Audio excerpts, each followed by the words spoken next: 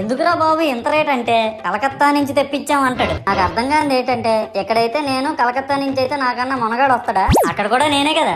ఇలా నన్ను బజార్లో పెట్టి బేరం ఆడి నా మొహానికి ముసుగేసి వ్యాన్ ఎక్కిస్తారు. ఆ వ్యాన్ డ్రైవర్ గాడు నేను ఉన్నానని కూడా చూడకుండా ఏదో ఆలోచించుకుంటా డ్రైవ్ చేస్తా గతకల్లో గబ్బి గుబ్బి మని తెంచేసి నా కాల్లో చెయ్యి ఇరగొట్టేస్తాడు. ఈ విషయం చందాలు ఇచ్చిన చిన్నోళ్ళకి తెలిస్తే మళ్ళీ ఇరిగిపోయిన బొమ్మ పెట్టకూడదని ఏ బొమ్మ రాసి కవర్ చేసేస్తారు. సరేలే జరిగిందేదో జరిగింది, నా భక్తులే కదా, కూల్ బ్రో అని చిల్లయ్యే లోపు నన్ను పందిర్లో పెట్టి ముసుగు తీసి నాకన్నా పొడుగున్నే సౌండ్ బాక్సులు రెండు నా చెవులు పక్కన పెట్టి డీజే గణేష్ బ్రో అని చెప్పి నా పాటలను కూని చేస్తారు. సరేలే పిల్లలు కదా, ఇప్పుడు కాకపోతే ఎప్పుడు ఎంజాయ్ చేస్తారు, కాసేపట్లో పూజ స్టార్ట్ చేస్తారని వెయిట్ చేస్తా ఉంటే ఆ ₹5 వ్రతకల్పన బుక్ చూస్తే అది ఎక్కడ లేని కోపం వస్తుంది. ఏరా నాకు అర్థం కాదు, ఎన్ని సంవత్సరాల నుంచి నా పూజలు చేస్తున్నారు, ఒక్కడికి నా కథ గుర్తుండదేట్రా యాదవ్ వల్లారా. ఓ నా బుక్ లో చూసిన దాన్నైనా తిన్నంగా చదువుతారా అంటే అది ఉండదు. ఏదో బాగా అటర్ ఫ్లాప్ అయిపోయిన తెలుగు సినిమాకి రివ్యూ చెప్పినట్టు చదువుతారు ఒక్కొక్కడును.